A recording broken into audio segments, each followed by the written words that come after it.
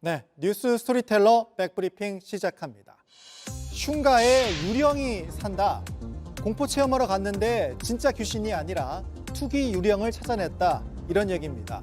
이게 무슨 소리냐? 1969년에 준공된 부산의 한 아파트입니다. 재개발 사업이 진행 중인데요. 그런데 일부 유튜버들이 흉가 체험 코스로 소개를 하면서 갑자기 유명해졌습니다.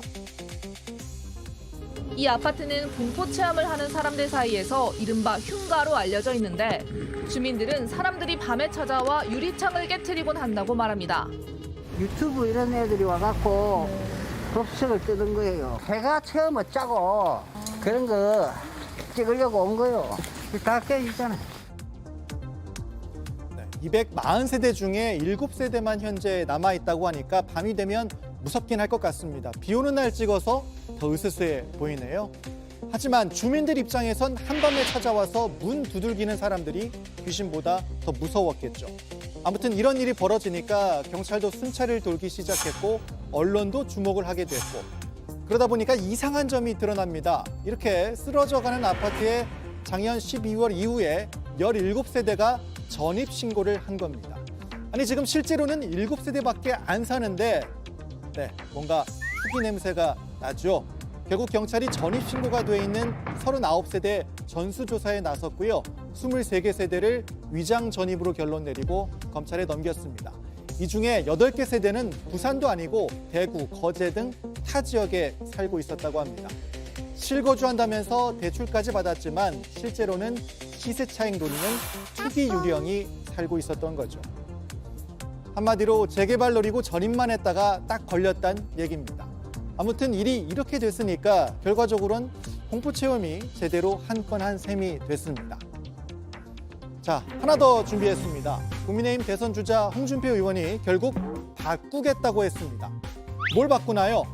조국 수사에 대한 제 평소 생각도 고집하지 않고 바꾸겠다.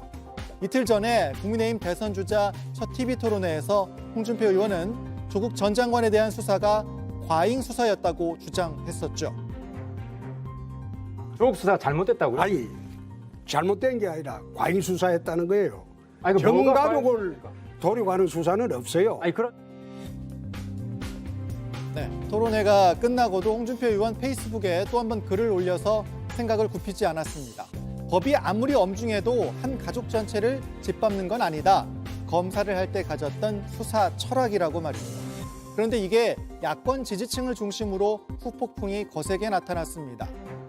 온라인에선 조국 수호를 빗대서 조국 수홍이란 패러디 사진이 올라왔고요. 물론 국민의힘 대선 주자들도 일제히 공격을 퍼부었습니다.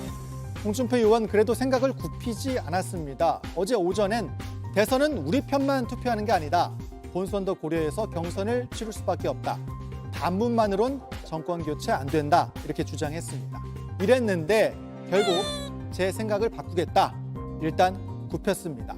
수사 철학이라고도 했었는데 철학이 바뀐 걸까요? 국민의힘 경선 1차 컷오프와 달리 2차 그리고 본 경선으로 가면 이제 점점 당원 투표 반영 비율이 올라갑니다. 홍준표 의원 입장에서도 고민 끝에 내린 결론이겠죠. 무야홍을 외치면서 분위기를 한껏 끌어올렸는데 조국 수사 논란은 어떤 영향을 미칠까요? 오늘 백브리핑 여기까지입니다.